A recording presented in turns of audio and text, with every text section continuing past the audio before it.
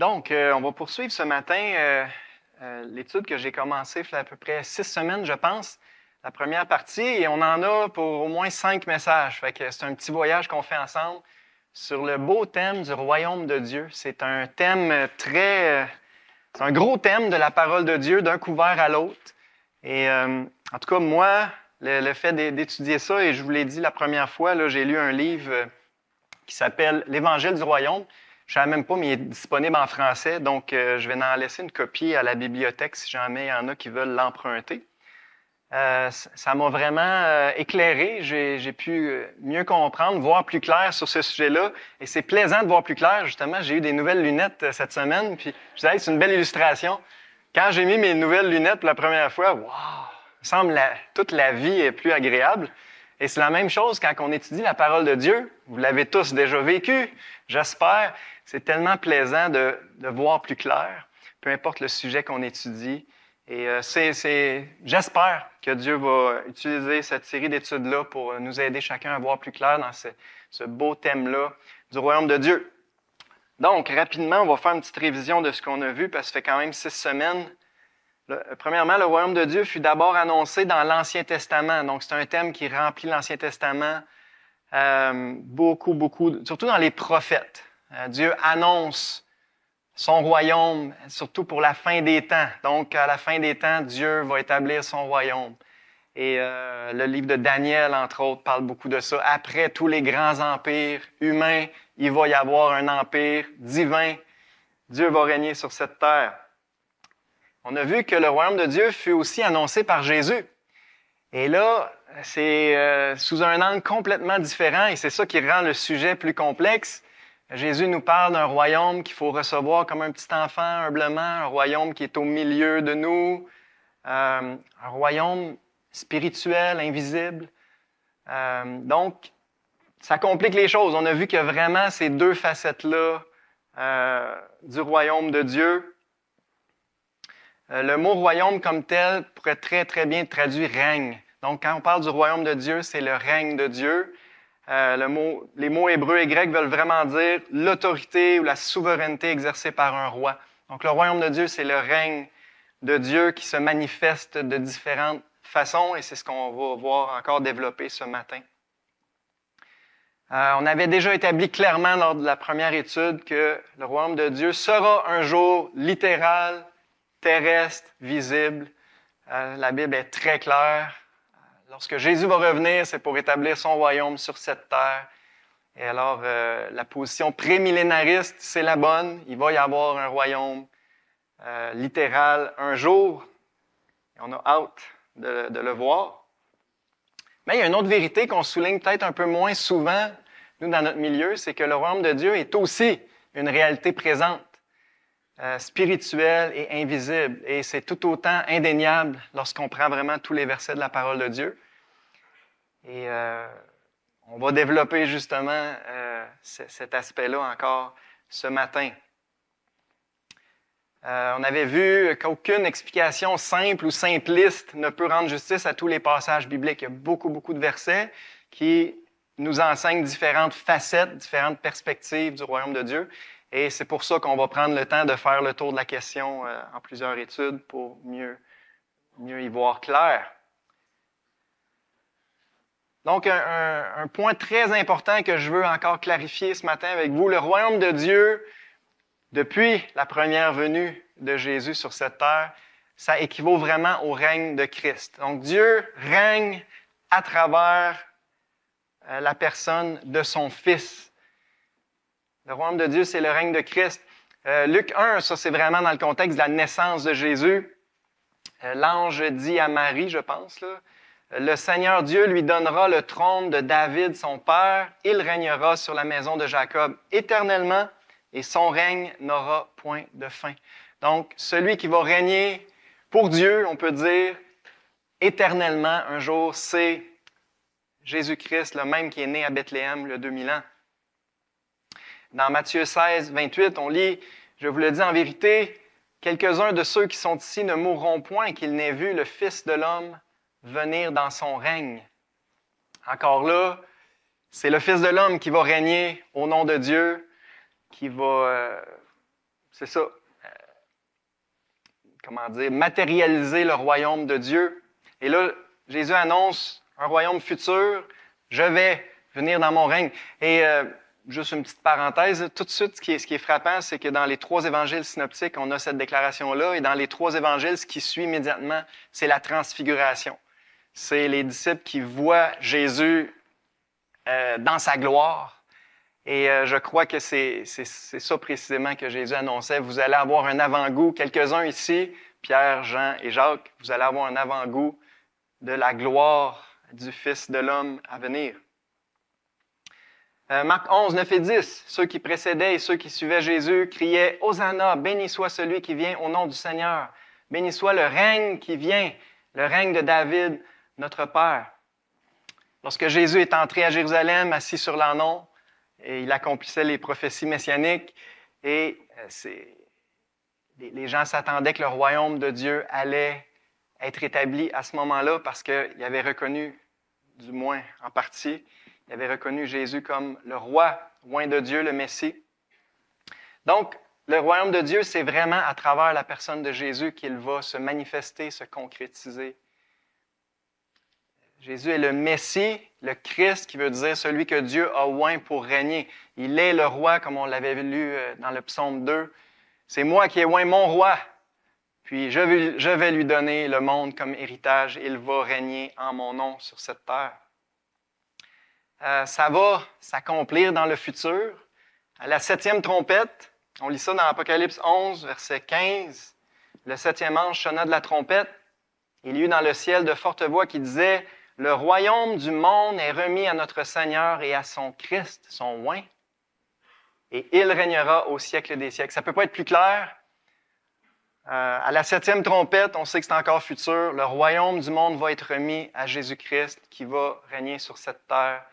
Et c'est vraiment le royaume de Dieu qui va être établi sur cette terre en la personne de Jésus. Donc, le royaume de Dieu, c'est le règne de Christ. Et là, tous les versets qu'on a vus à date, ça nous parle du royaume futur, lorsqu'il va revenir établir son royaume sur cette terre. Mais il y a d'autres versets qui nous montrent son règne présent. Après sa résurrection, Jésus est apparu à ses disciples. Et on lit dans Matthieu 28, 18, c'est Jésus qui parle. Il a dit « Tout pouvoir ou toute autorité », le mot qui est là, c'est autorité. « Tout pouvoir m'a été donné dans le ciel et sur la terre. Allez, faites de toutes les nations des disciples, les baptisant au nom du Père, du Fils et du Saint-Esprit, et enseignez-leur à observer tout ce que je vous ai prescrit. » En d'autres mots, Jésus dit clairement à ses disciples, « J'ai été oint comme roi par Dieu le Père, j'ai reçu, c'est fait, on voit que c'est fait à ce moment-là, lorsque Jésus a été glorifié, lorsqu'il est remonté auprès de son Père, qu'il s'est assis à la droite de Dieu, il a été glorifié et il a reçu déjà toute autorité dans le ciel et sur la terre. Et là, il demande à ses disciples de prêcher ce message-là et d'enseigner à tous de se soumettre à lui, de le reconnaître comme le roi, oint de Dieu, qui a reçu toute autorité. Alors déjà, Jésus règne sur tous ses disciples. Jésus règne sur tous ceux qui l'ont reconnu comme le roi légitime, le Messie, le Christ.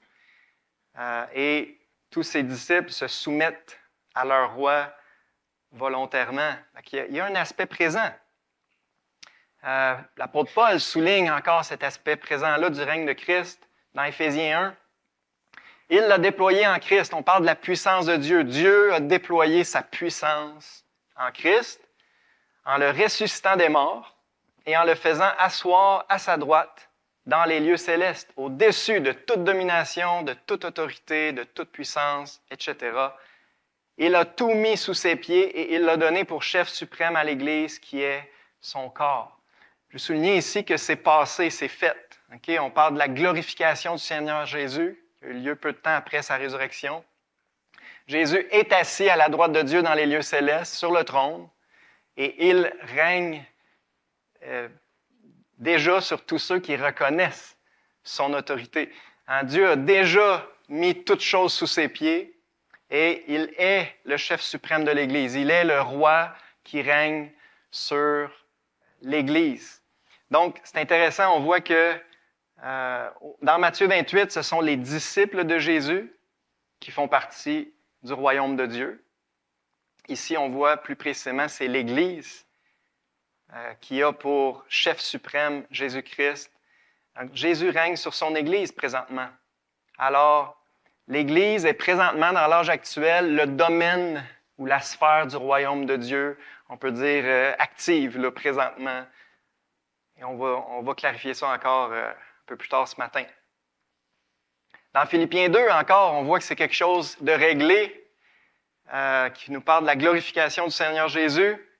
Dieu l'a souverainement élevé et lui a donné le nom qui est au-dessus de tout nom, afin qu'au nom de Jésus, tout genou fléchisse dans les cieux, sur la terre et sous la terre, et que toute langue confesse que Jésus-Christ est Seigneur, que Jésus-Christ est le roi, oint de Dieu pour régner à la gloire de Dieu le Père. Donc Dieu l'a souverainement élevé, c'est fait, il est le roi qui a reçu toute autorité. Maintenant, est-ce que tout le monde le reconnaît? Bien sûr que non. Est-ce que tout le monde se soumet à lui présentement? Bien sûr que non. Donc, on peut dire qu'il exerce son règne de façon partielle sur ceux qui le reconnaissent par la foi comme le Christ, le roi oint de Dieu pour régner. Mais tous ceux qui reconnaissent Jésus comme leur roi, on va en reparler, font partie du royaume de Dieu présentement dans l'âge actuel. Une parabole super intéressante dans laquelle on voit les deux étapes, l'aspect présent, l'aspect futur, dans la même parabole. Dans Luc 19, verset 11, Jésus ajouta une parabole parce qu'il était près de Jérusalem et qu'on croyait qu'à l'instant, le royaume de Dieu allait paraître. Les gens, puis c'était une déduction très, très logique, là, ils disaient « Hey, si c'est lui le Messie, ben, il va établir le royaume. Il y a tellement de prophéties dans l'Ancien Testament qui annoncent ça. » Puis là, Jésus donne une parabole pour clarifier les choses, pour montrer que ça se passera peut-être pas comme vous vous en attendez. Il dit donc, « Un homme de haute naissance s'en alla dans un pays lointain pour se faire investir de l'autorité royale et revenir ensuite. » Le mot traduit par autorité royale, c'est vraiment le mot royaume qu'on voit partout ailleurs, qu'on a parlé la première fois, Basileia. On voit clairement que c'est l'autorité royale dont il est question. Donc, un homme parti pour se faire investir de l'autorité royale et revenir ensuite. On parle de qui? C'est Jésus, il parle de lui-même. Il appela 10 de ses serviteurs, leur donna 10 mines et leur dit « Faites-les valoir jusqu'à ce que je revienne. » Mais ses concitoyens le haïssaient, son peuple, le peuple juif.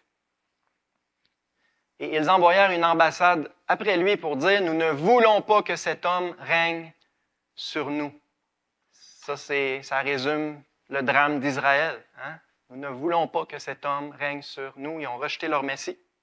Lorsqu'il fut de retour, après avoir été investi de l'autorité royale, il fit appeler auprès de lui les serviteurs auxquels il avait donné l'argent afin de connaître comment chacun l'avait fait valoir. J'aime cette parabole-là parce qu'on voit que Jésus a déjà été investi de l'autorité royale. Il a déjà été glorifié. Il est assis sur le trône à la droite de Dieu. C'est ce qu'on a vu dans les versets précédents.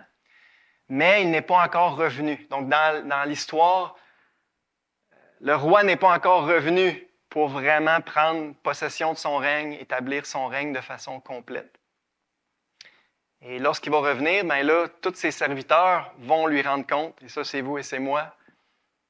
Il faut se préparer à ce qu'on va rendre compte à notre roi pour la façon dont on l'a servi pendant son absence. Alors, de toute évidence, le règne de Christ comporte un aspect présent et un aspect futur. Présentement, c'est à travers ceux qui se soumettent à lui volontairement, ceux qui croient en lui, ses disciples, son Église. Christ règne sur son Église. Mais un jour, il va revenir et établir son royaume sur Israël. C'est le trône de David qui va rétablir et sur le monde entier, comme on l'avait déjà vu la première fois.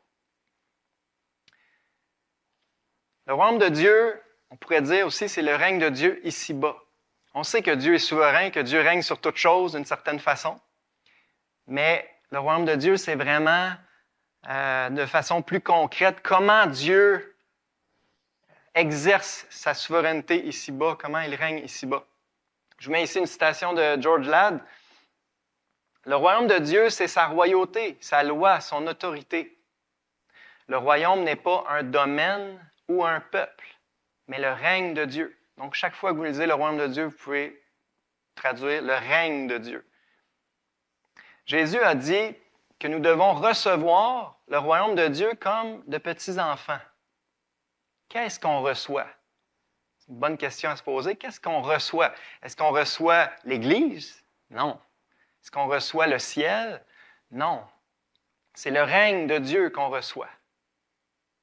Pour entrer dans le futur domaine du royaume, on doit se soumettre avec une parfaite confiance, avec foi, à l'autorité de Dieu sur cette terre. Donc, recevoir le royaume de Dieu comme un petit enfant, c'est se soumettre humblement, avec confiance, à l'autorité de Dieu, à son règne sur notre vie. C'est comme ça qu'on reçoit le royaume de Dieu dans l'âge actuel. C'est simplement en se soumettant à son autorité avec confiance. George Ladd continue. Nous devons aussi chercher premièrement le royaume et la justice de Dieu, comme Jésus nous a enseigné dans Matthieu 6. Quel est l'objet de notre quête? Est-ce qu'on recherche l'Église? Est-ce qu'on recherche le ciel? Non. Nous devons chercher la justice de Dieu. On pourrait dire son empire, son autorité, son règne dans notre vie.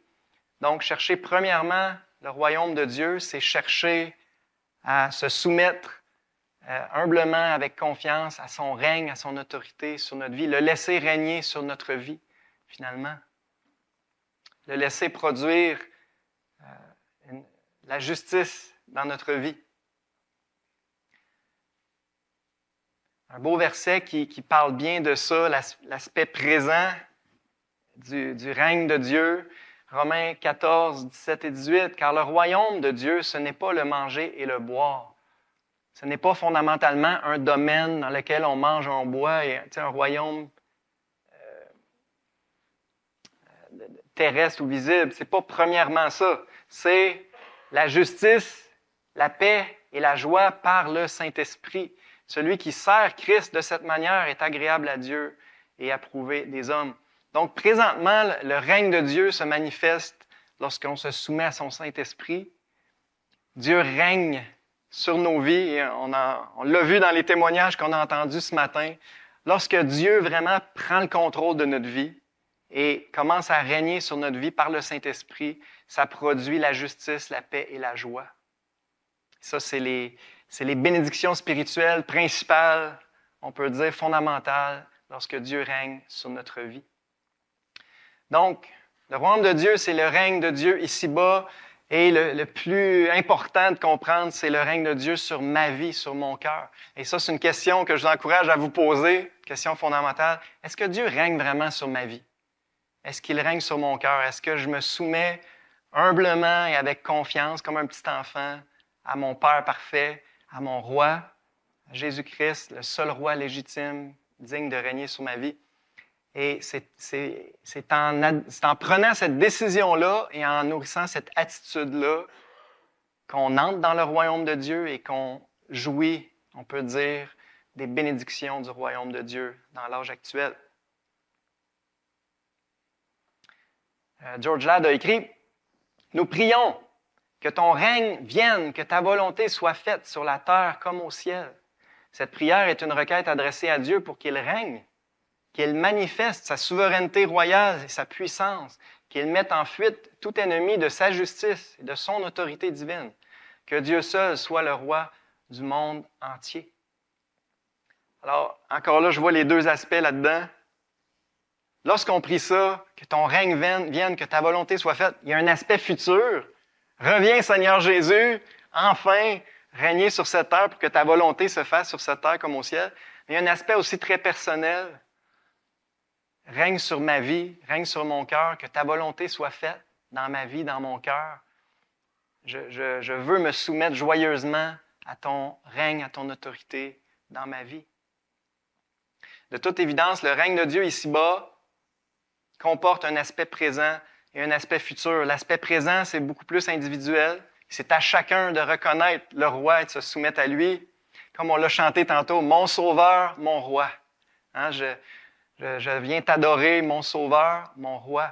On ne peut pas couper Jésus en deux. On ne peut pas juste recevoir un Sauveur. Ouais, je veux un ticket pour le ciel, mais après ça, je garde ma vie, je veux continuer de régner sur ma vie moi-même. Ça ne marche pas de même. Si vous recevez Jésus comme votre Sauveur, vous recevez un Seigneur, vous recevez un Roi. Et c'est ça, vous ne pouvez pas le couper en deux. Il est le Seigneur, il est le Christ, le Roi. Il veut régner sur votre vie. Alors, ce n'est pas juste un ticket pour le ciel qu'on reçoit. C'est tellement mieux, c'est tellement plus. On reçoit un maître parfait qui veut nous faire goûter les bénédictions extraordinaires du règne de Dieu. Donc, il y a un aspect présent et un aspect futur. Maintenant, la prochaine partie, elle vient du dictionnaire biblique d'Emmaüs. Ça faisait des années que je n'avais pas sorti cette brique-là de ma bibliothèque. Y en a-tu qui connaissent ça, le dictionnaire biblique d'Emmaüs? Pas beaucoup. C'est vraiment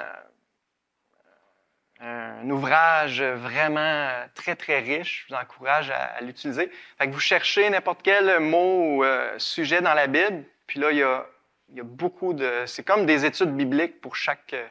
Et là, j'ai cherché « Royaume de Dieu ». Et je trouvais ça très intéressant. La définition qu'il donne du royaume de Dieu dans le dictionnaire biblique d'Emmaüs, c'est la sphère où Dieu règne, où sa volonté est respectée et accomplie. Et à la lumière de tout ce qu'on a vu à date, c'est une très bonne définition. D'un bout à l'autre de la Bible, le royaume de Dieu est présenté sous 7 phases successives. Et ça, j'avais pas vu ça nulle part ailleurs et je trouvais ça très intéressant. On a beaucoup parlé, il y a un aspect présent, il y a un aspect futur. Okay? L'âge actuel, puis l'âge à venir, le royaume messianique, etc. Mais là, on va voir que pour de vrai, il y a un aspect passé aussi.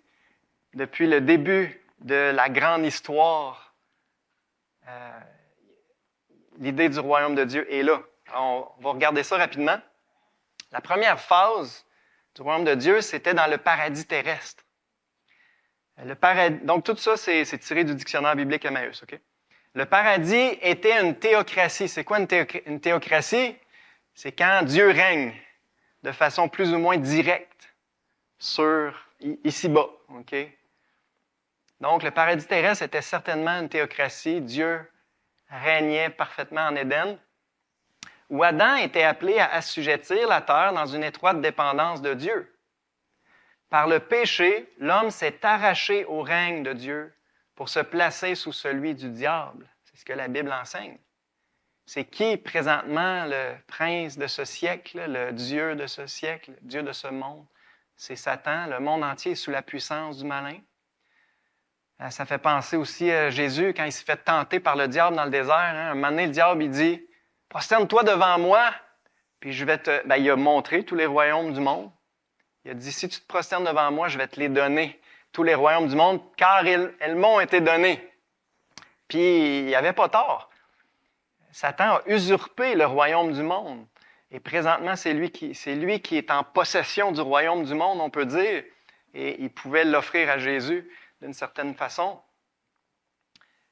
Désormais, les efforts de Dieu, la dernière phrase, là, désormais, les efforts de Dieu à travers l'histoire tendront à restaurer le royaume perdu. Fait que c'est intéressant. Dieu a établi son royaume ici-bas à la création, dans le paradis terrestre, mais ce royaume-là, à cause de la rébellion de l'homme, à cause du péché, a été usurpé par l'adversaire. Et là, depuis ce temps-là, c'est plutôt Satan qui règne ici-bas.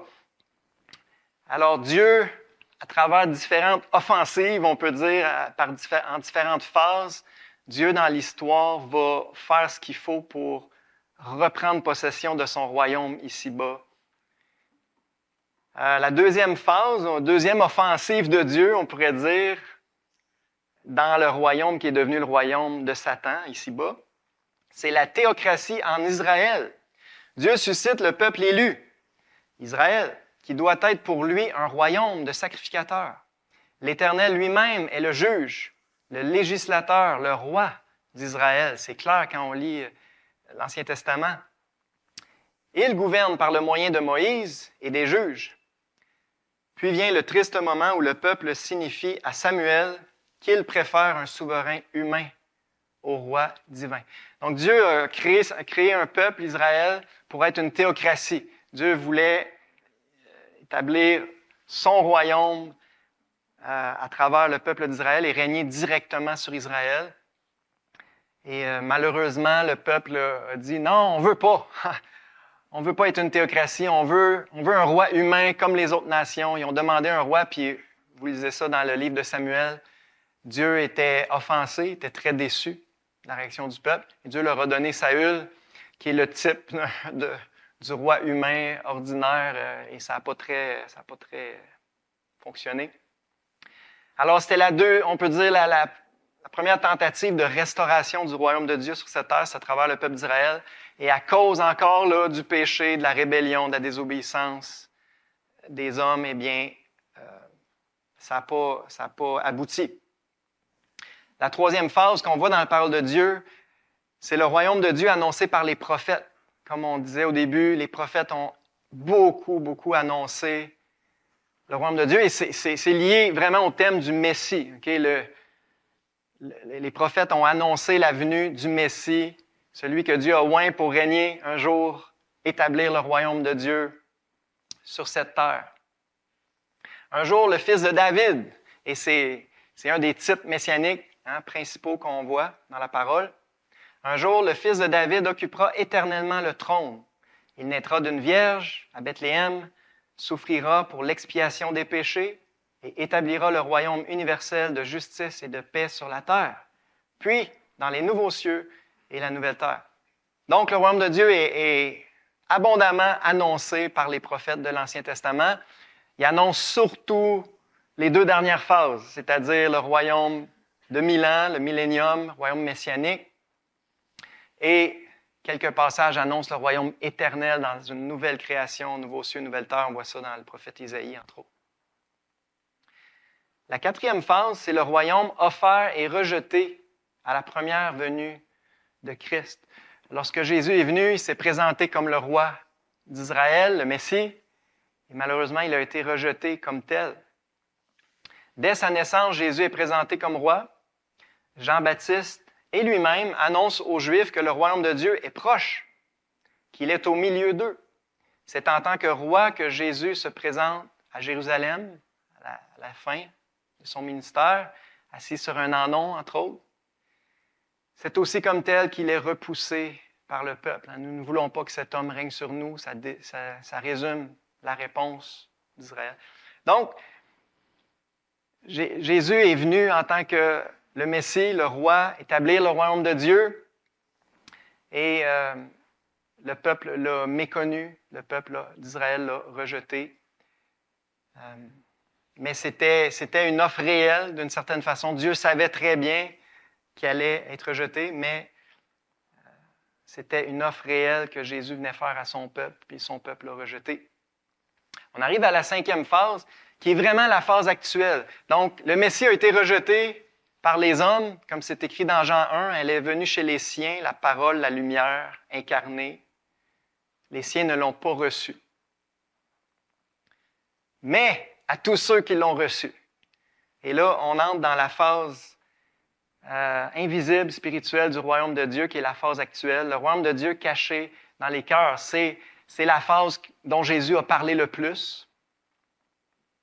Le roi ayant été rejeté, le royaume visible et glorieux est pour l'instant retiré. Il ne frappe pas les regards, comme Jésus a dit. Le royaume de Dieu ne viendra pas à frapper les regards. Christ s'en est allé se faire investir de l'autorité royale, comme on l'a lu dans la parabole. Présentement, le roi est absent. Il a reçu toute autorité, mais il n'est pas encore revenu prendre possession ou imposer son autorité, on pourrait dire. En son absence se déroule la période de l'Église, caractérisée par les mystères du royaume des cieux. Ça, on va prendre un temps, on va faire une étude juste là-dessus, les mystères du royaume des cieux, les paraboles du royaume des cieux, parce qu'il y a beaucoup de vérités que Jésus nous a données à travers ces paraboles-là pour nous aider à comprendre la phase actuelle du royaume. Donc, cette période-là de l'Église débute à la Pentecôte, lorsque Dieu a répandu le Saint-Esprit sur son nouveau peuple. Et nous entrons dès maintenant, par la nouvelle naissance, dans ce royaume spirituel du Seigneur. Ça, on va revenir là-dessus tantôt parce que c'est fondamental.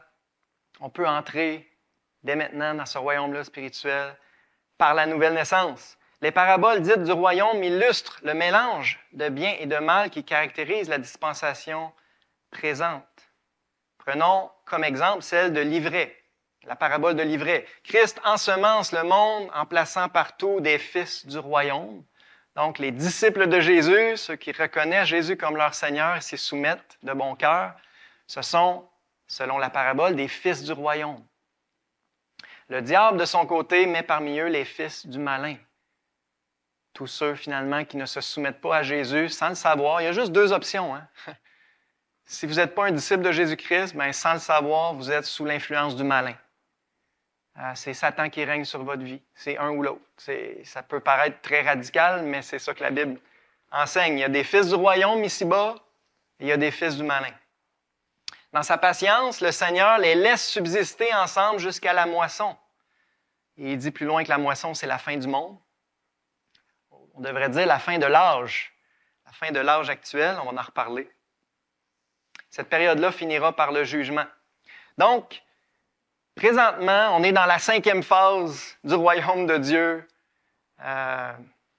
C'est une phase cachée dans les cœurs, un royaume spirituel, invisible.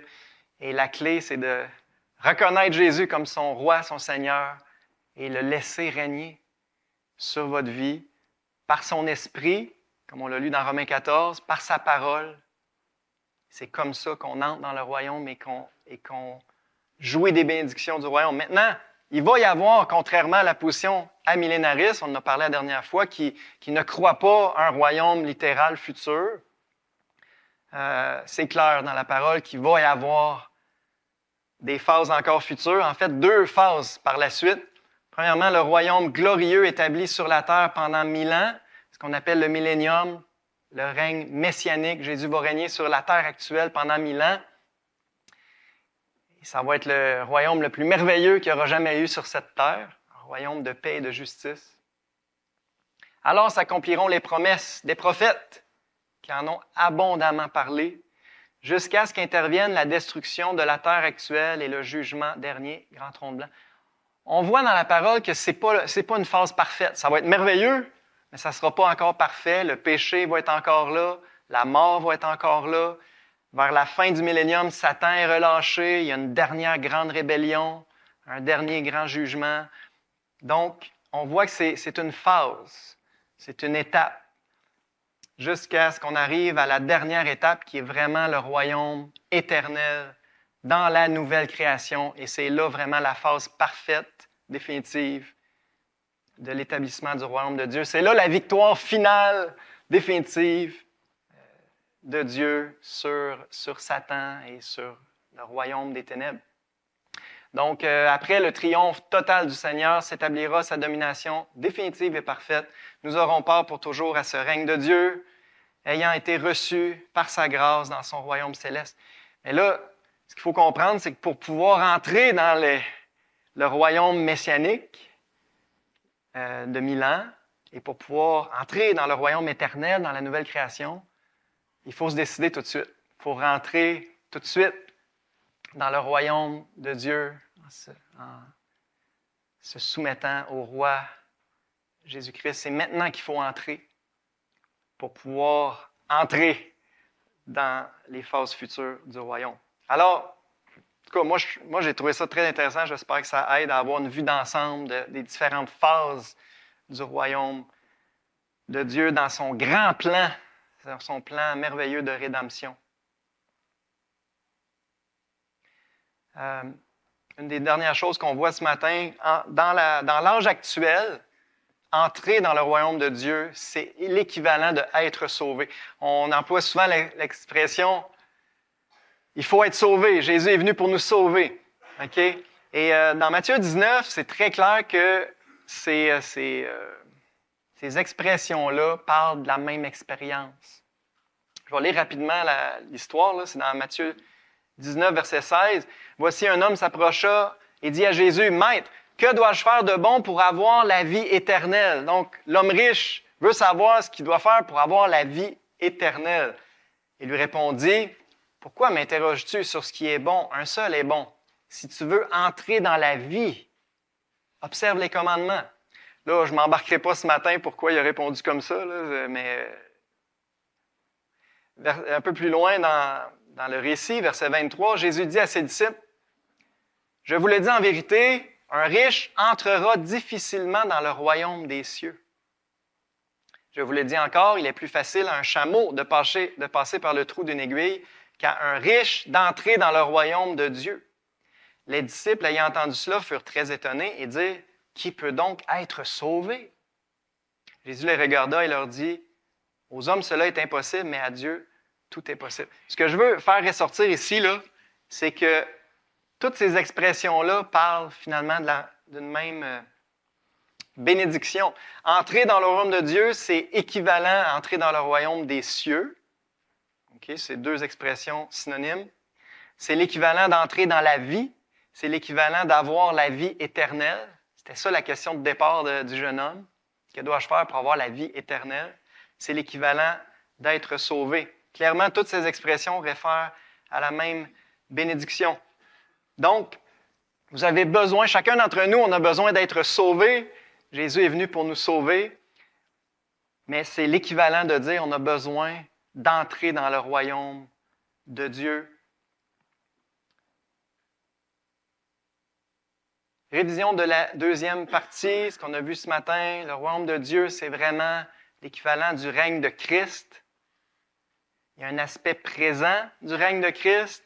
Il règne sur ses disciples, il règne sur son Église, il règne sur tous ceux qui veulent bien se soumettre à lui, mais il va avoir un aspect futur. Le royaume de Dieu, c'est le règne de Dieu ici-bas.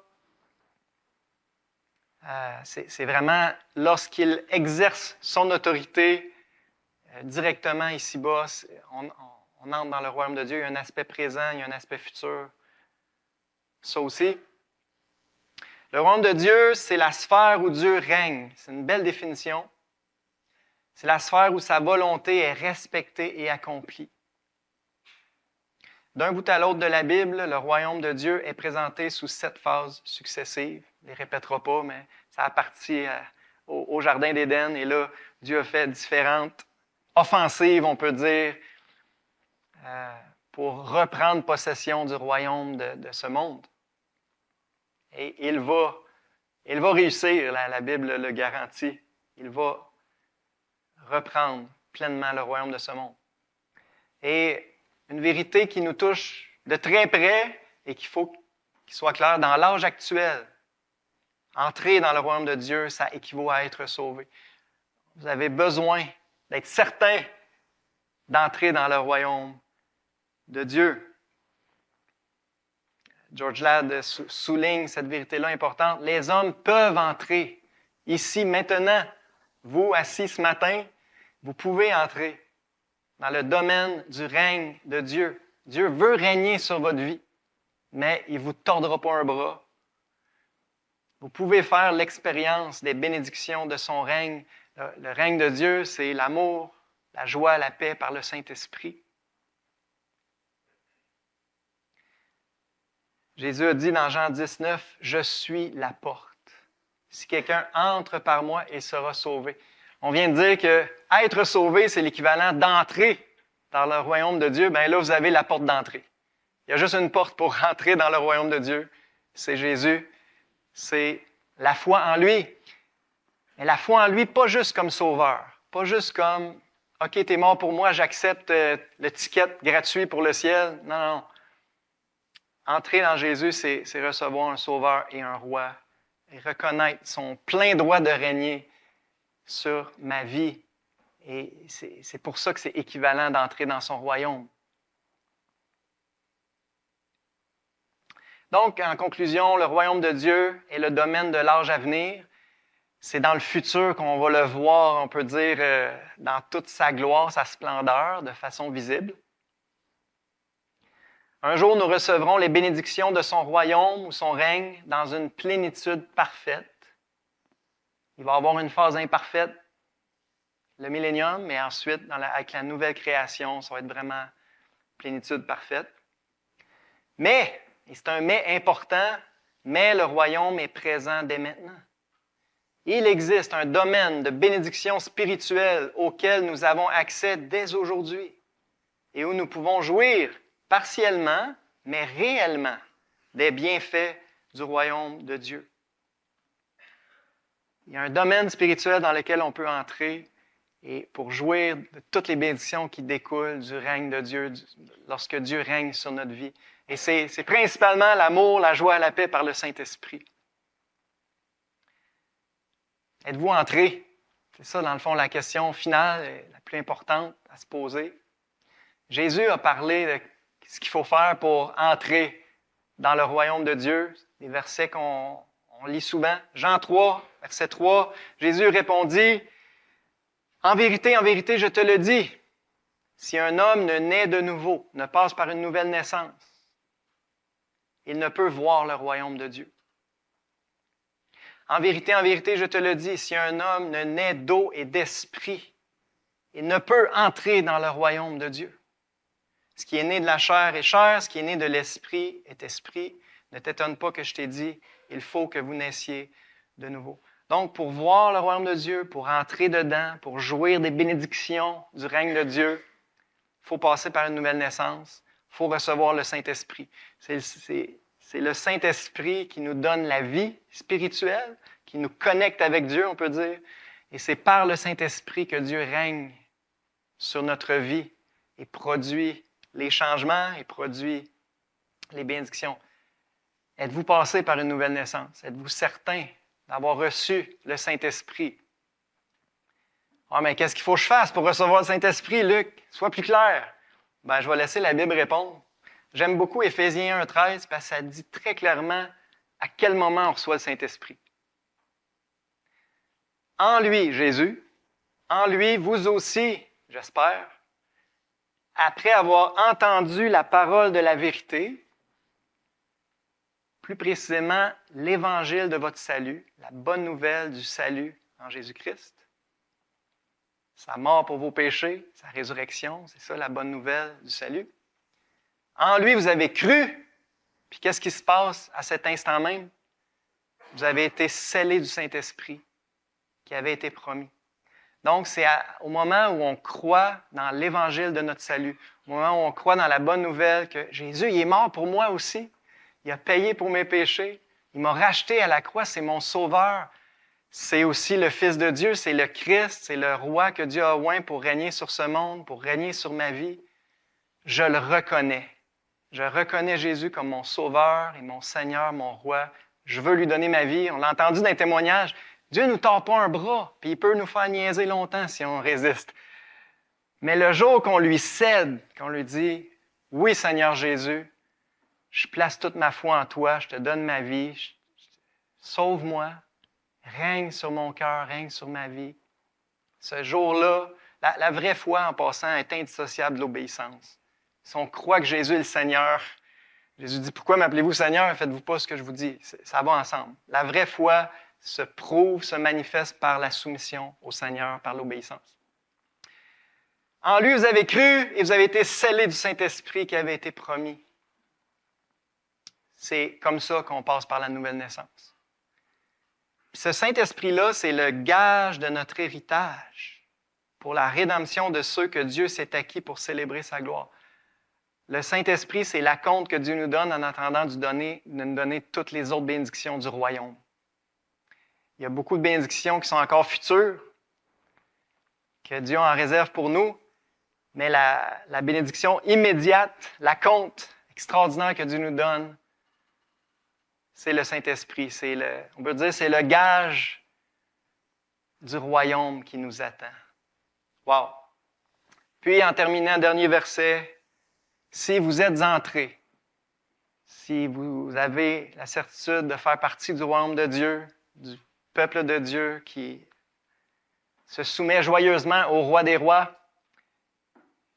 bien, soyez reconnaissants et passez pas une journée sans remercier Dieu pour la grâce qu'il vous a faite. Comme c'est écrit dans Colossiens 1, Rendez grâce au Père qui vous a rendu capable d'avoir part à l'héritage des saints dans la lumière. On pourrait dire au royaume de la lumière. Il nous a délivrés de la puissance des ténèbres, du royaume des ténèbres, et nous a transportés dans le royaume de son Fils bien-aimé.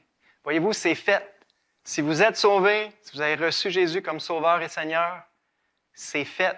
Dieu vous a transportés dans le royaume de son Fils bien-aimé. Vous êtes entrés dans le royaume de Dieu et vous pouvez jouir dès maintenant de toutes les bénédictions du royaume de Dieu. Rendez grâce au Père de vous avoir transportés dans le royaume de son Fils bien-aimé en qui nous avons la rédemption, le pardon des péchés. Puis faites pas juste lui rendre grâce. Prouvez-lui votre amour et votre reconnaissance par votre obéissance. C'est tout aussi important. La vraie foi est indissociable de l'obéissance et on prouve notre foi par notre obéissance. On prouve notre amour pour le Seigneur par notre obéissance. Jésus en a parlé souvent. Si vous m'aimez, gardez mes commandements. Celui qui m'aime va garder mes paroles. C'est comme ça qu'on reconnaît les vrais des faux. Alors, vous voulez savoir si vous avez la vraie foi et un vrai amour pour le Seigneur? Est-ce que vous vous efforcez vraiment de tout votre cœur de le suivre? Un chrétien, c'est un disciple de Jésus. Un disciple, c'est quelqu'un qui suit son maître, qui lui obéit. Hein? Enseignez-leur à observer tout ce que je vous ai prescrit. Alors, prouvez votre amour, votre reconnaissance en servant votre Seigneur de bon cœur. C'est le meilleur des maîtres. Et vous allez jouir encore plus des bénédictions de son règne sur votre vie. Plus qu'on est soumis au Seigneur, plus qu'on fait sa volonté, plus qu'on est heureux. Vous le savez déjà, vous l'avez expérimenté pour la plupart. On va prier. Merci Seigneur pour ta parole qu'on a pu étudier et méditer ensemble ce matin. Je prie de bénir ta parole dans les cœurs, que ça puisse produire non seulement une vision plus claire de la vérité, mais des vies plus rayonnantes aussi, Seigneur, pour ta gloire. Je te demande au nom de Jésus. Amen.